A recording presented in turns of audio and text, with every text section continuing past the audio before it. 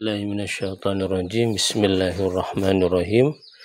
Idza as-samaa'u fatarat. Idza apabila as-samaa'u langit infatarat terbelah. Ini merupakan tanda-tanda kiamat ya. Menjelang kiamat kubra langit terbelah. Wa idzal kawakibun tatharat, dan apabila al-kawakibu bintang-bintang intatharat jatuh berserakan. Tanda yang kedua ketika menjelang kiamat kubra adalah bintang-bintang jatuh berserakan. Wa idzal biharu fujirat, dan apabila al-biharu lautan-lautan fujirat dipancarkan, artinya dipancarkan, batas satu laut dengan batas laut yang lain itu ditiadakan karena air sudah meluap, bahkan meluap ke daratan sehingga kemudian antara air asin di laut itu bercampur dengan air tawar. Wa idzal quburu bu'sirat, dan apabila kuburan-kuburan bu'sirat dibongkar. Ini kejadian dahsyat pada hari kiamat. Jadi terbongkarnya kuburan itu begitu dahsyat karena ada letusan yang sangat luar biasa di perut bumi. Jadi bagian bawah kuburan itu dipental sehingga yang di bawah ada di atas, yang di atas juga di bawah. Termasuk mayit yang ada di bawah perut bumi itu dipental sehingga meluncur ke atas permukaan tanah. Alimat nafsum ma qaddamat wa akharat. Alimat tahu nafsun setiap orang, setiap jiwa, ma apa qaddamat yang telah ia lakukan, wa akharat dan yang telah ia lalaikan. Makna qaddamat adalah semua pekerjaan yang dilakukan oleh manusia selama hidupnya. Wa akharat adalah semua amal perbuatan baik yang dilalaikan, yang tidak sempat ia dikerjakan, yang tidak sempat ia kerjakan. Itu tafsiran pertama. Tafsiran yang kedua, qaddamat berarti bermakna seluruh perbuatan manusia yang dilakukan di masa muda. Akharat adalah seluruh perbuatan yang dilakukan di masa tua. Enggak sempat dilakukan di masa muda, kemudian sempat dilakukan di masa tua. Itu tafsiran yang kedua. Tafsiran yang ketiga, qaddamat artinya segala perbuatan yang dilakukan dan ia ingat perbuatan-perbuatan itu. Selama hidup dia ingat perbuatan apa yang telah ia lakukan. Akhirat artinya perbuatan-perbuatan, baik itu perbuatan baik atau perbuatan buruk, yang dia tidak ingat, yang ia lupa. Baik tidak ingat karena tertumpuk oleh sekian banyak ingatan dalam pikirannya, atau karena memang satu perbuatan yang ia lakukan menjadi sebuah kebiasaan dan ditiru oleh orang lain, sehingga ketika dia meninggal dunia, kebiasaan buruk itu atau kebiasaan bagus itu masih terus dilakukan oleh orang-orang yang menirunya. Nah ini ya, ini akhirat ini merupakan satu perbuatan baik atau buruk yang orang yang melakukannya itu lupa. Artinya tidak ingat tentang dampak perbuatan itu. Misalnya ada satu tokoh yang biasa ngambil wudhu, terus kemudian orang melihat terkesima, ikut ngambil wudhu juga. Ketika tokoh itu meninggal dunia, perbuatan ngambil wudhunya diteruskan oleh orang lain itu. Maka orang lain itu yang mengerjakan sebenarnya hakikatnya sama dengan yang dilakukan oleh tokoh itu. Artinya pahalanya terus mengalir kepada sang tokoh. Termasuk juga kalau perbuatan buruk itu ditiru oleh orang lain. Yang ditiru nggak sadar kalau perbuatan buruknya ditiru oleh orang lain. Tapi kelak pada hari kiamat, seluruh peniruan yang buruk gara-gara tokoh tersebut, maka nanti ditampilkan oleh Allah sebagai perbuatan buruknya, walaupun yang melakukan adalah orang lain. Gitu. Itu penafsiran yang ketiga. Penafsiran yang keempat, yang disebut dengan akhirat itu adalah dampak atau efek setiap perbuatan manusia itu tidak bisa dipahami oleh manusia selama hidup di dunia. Misalnya bacaan tasbih subhanallah, itu tidak terasa sejauh mana efek atau dampaknya terhadap dirinya. Tapi kelak pada hari kiamat, efek atau dampak bacaan subhanallah itu ditampilkan oleh Allah dalam bentuk utuh. Termasuk kezaliman kepada orang lain, walaupun hanya dalam satu kata, itu tidak terasa dalam hidup dunia, tapi ketika kelak pada hari kiamat akan ditampilkan dalam bentuk yang nyata. Nah, ketika hari kiamat, hari kebangkitan, semua orang mengetahui seluruh perbuatan yang ia kerjakan, termasuk perbuatan yang ditiru oleh orang lain yang pahala atau dosanya juga ia terima, termasuk juga efek atau dampak dalam bentuk konkret dari seluruh perbuatan yang ia kerjakan ditampilkan kelak di matanya pada hari kiamat oleh Allah Subhanahu wa taala. Ya ayyuhal insanu ma warraka bi rabbikal karim. Ya ayyuhal insanu, wahai manusia, ma apa gharra yang memperdayakan kamu bi rabbikal karim terhadap Tuhanmu al-karim yang maha mulia atau yang maha baik, yang maha pemurah. Wahai manusia, apa yang memperdayakanmu sehingga kamu itu bermaksiat kepada Tuhan yang sudah memberikan segala nikmatnya kepada kamu? Ya. Di sini gharraka ini adalah terperdaya. Terperdaya dari apa?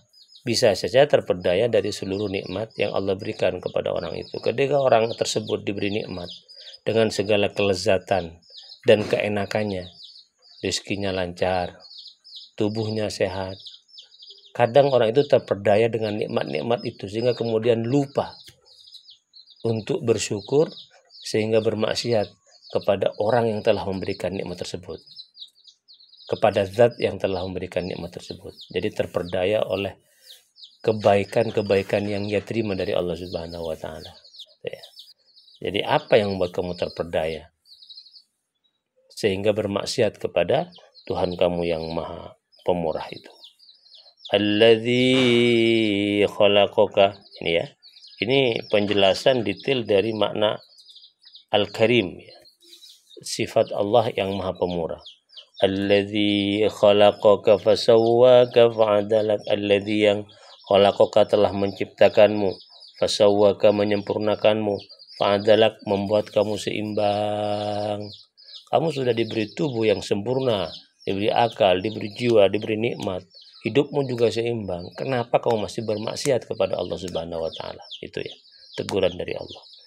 Fi ayyi suratin ma syaa rakkabak, dalam bentuk apapun, ma apa syaa yang berkehendak Allah, rakkabak menyusunmu.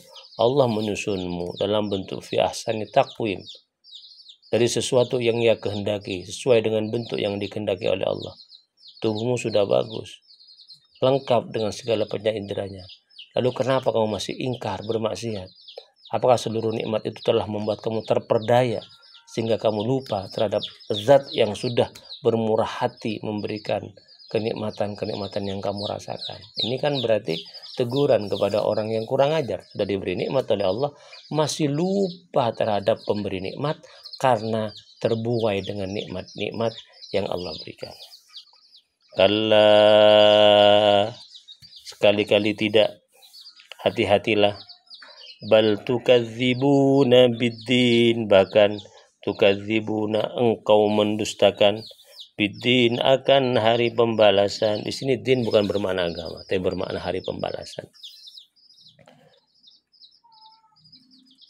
Sudah diberi sekian nikmat oleh Allah Subhanahu wa taala, lalu kemudian justru engkau mendustakan adanya hari pembalasan.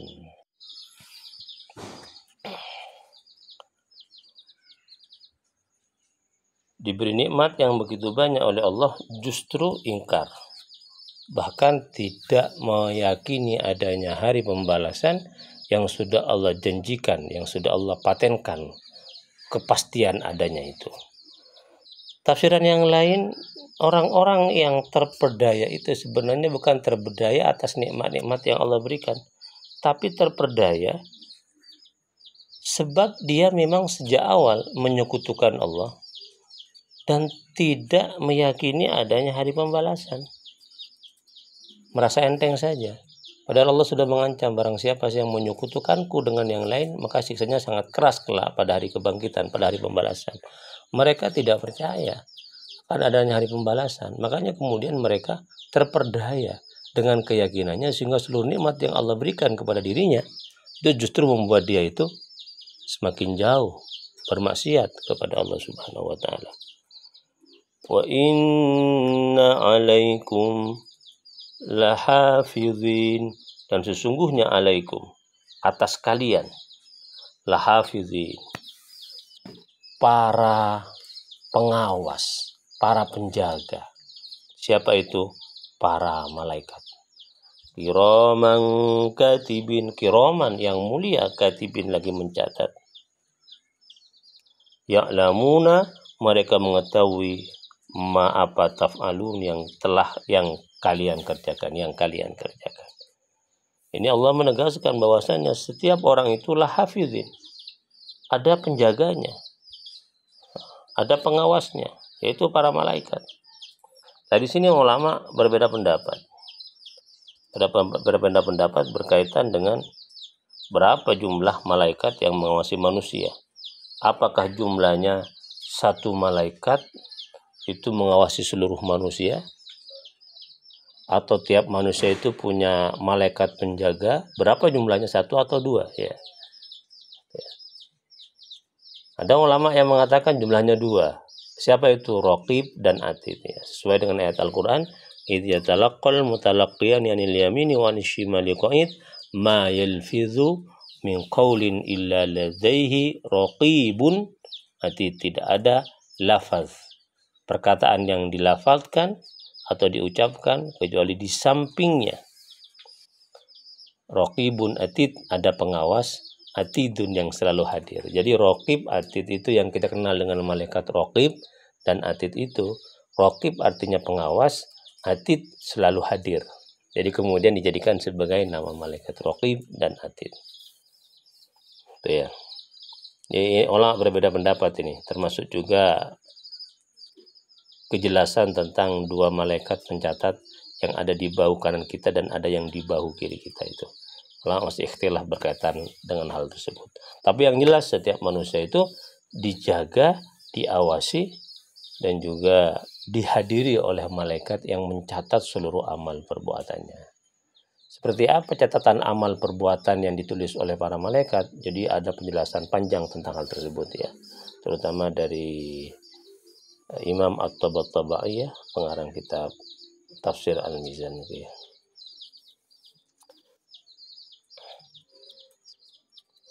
Demikian dulu, semoga bermanfaat. Wallahu a'lam bishawab.